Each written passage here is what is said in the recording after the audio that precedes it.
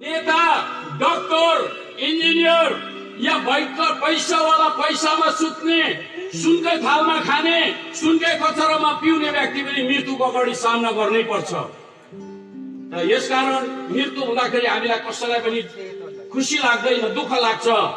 तर मृत्यु चाहिँ कहाँबाट आयो, यसको खास चाहिँ यसको मुहान कहाँबाट आयो, कहाँबाट कनेक्सन फुस्क्यो भन्दा बाइबलले एउटा कुरो बताउँदछ। आदम र हवा जो सृष्टिको बाउरा आमालाई परमेश्वरले अदनको बगैँचामा सुन्दर ढंगले राख्नु भएको थियो। खबरदार तिमीहरू मर्लाऊ, तिमीहरू मर्नु हुँदैन, तिमीहरूलाई एभर लास्टिङ लाइफ या त अनन्त जीवन कहिले मर्नु हुँदैन। तिमीहरू फल्दै फुल्दै वृद्धि हुँदै पृथ्वीमा भरिँदै भरिँदै भरिँदै जाऊ भनेर परमेश्वरले आशीष दिनुभएको थियो। तर त्यसमा दुईटा शर्त थियो। एउटा शर्त चाहिँ थियो यहाँनिर एउटा पाप र पापको फल छ, एउटा जीवनको फल छ। यो दुईटा फल नखानु, यदि तिमीले जुन दिन खान्छौ तिमीहरू मर्छौ। परमेश्वरले पहिले नै यो कुरो कमान्ड या त आज्ञा दिनुभएको थियो। जुन कुरो चिज नखानु भन्दैछ त्यही कुरो उनीहरूले 300 वर्षसम्म खाएन। तब एक दिन एउटा साँप चाहिँ उनीहरूलाई छकाउनुको लागि त्यो फल खानु लगायो। अनि जब उनीहरूले फल खायो तब चाहिँ केटीले खायो, केटीले खाइसकेपछि केटालाई दियो। अनि दुईजनाले खाएपछि उनीहरूकोबाट त्यो शक्ति हराएर गयो। ईश्वरसँगको सम्बन्ध, आत्मिकी संगति, आत्मिकी उनीहरूकोमा जुन किसिमको उनीहरूकोमा शक्ति थियो उनीहरूबाट उडेर गयो, किनभने आज्ञालाई उल्लङ्घन गर्यो।